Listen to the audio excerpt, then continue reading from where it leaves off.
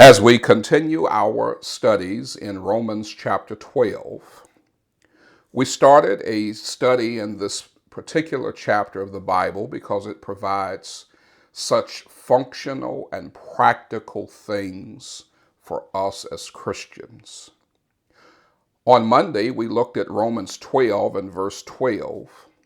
The riches of that verse would not allow us to dig as deep as we would like in just one setting. And so we invite you back to Romans 12 and verse number 12. As you're finding Romans 12 and verse 12, we remind you that there are things the Bible commands us to do that not necessarily are desirable things, but things that God requires of us nonetheless. Sometimes it seems impossible. The question we have to ask, is it really impossible, or is it just something we don't like or don't want to do? For example, we talked about rejoicing in hope.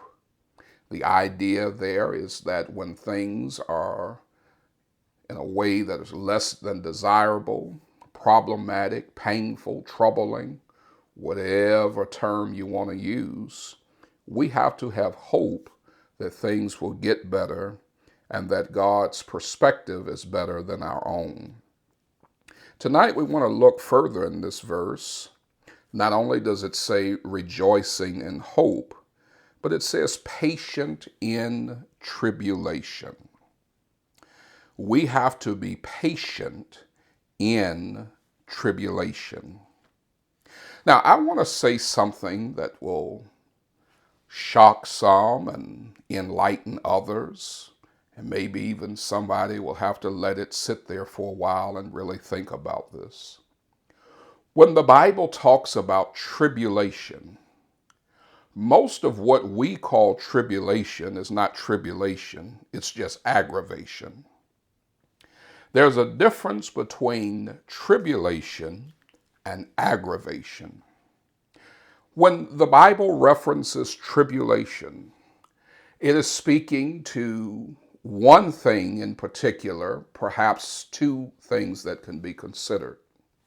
The main concept of tribulation is the agony, the persecution, the trouble, the mistreatment that comes for being a child of God and advancing the cause of Christ. It is the idea of suffering for Christ Jesus.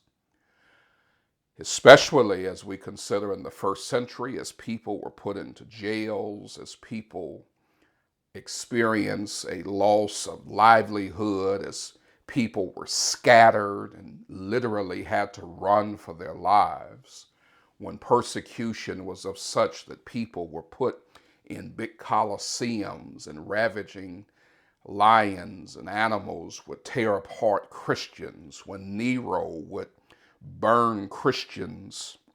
He had his house up on a hill and would douse Christians in a flammable liquid, tie them to a stake, and set them on fire simply because they had the audacity to say that there was another God, or that there was another king, rather.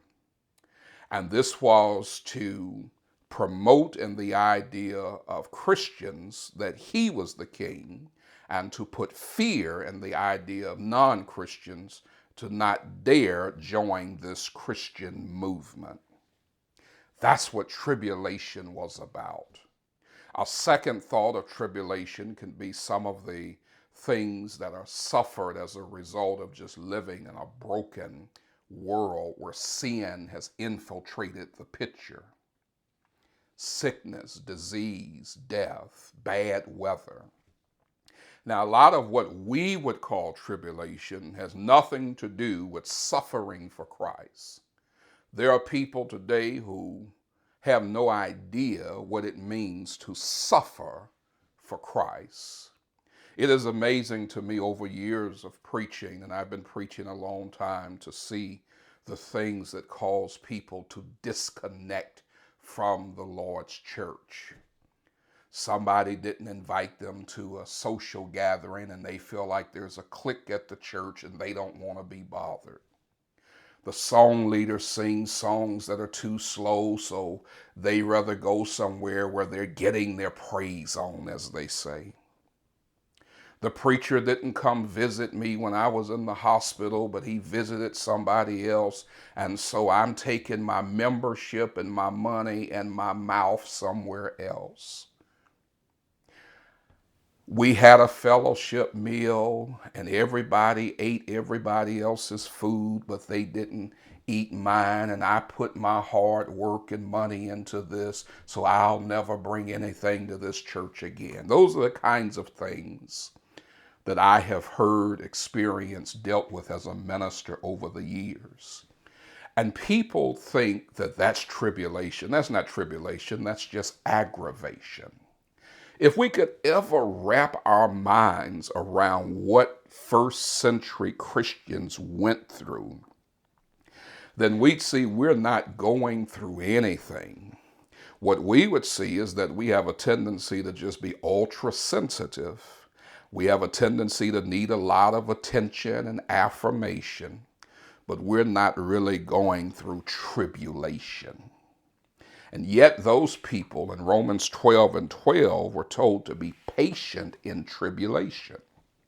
Now, I share these things for two reasons. Number one, to help us to understand that we deal with a lot of aggravation, not tribulation. Second, to point out that if they were told to be patient in those things, can't we be patient in the little things that we're dealing with?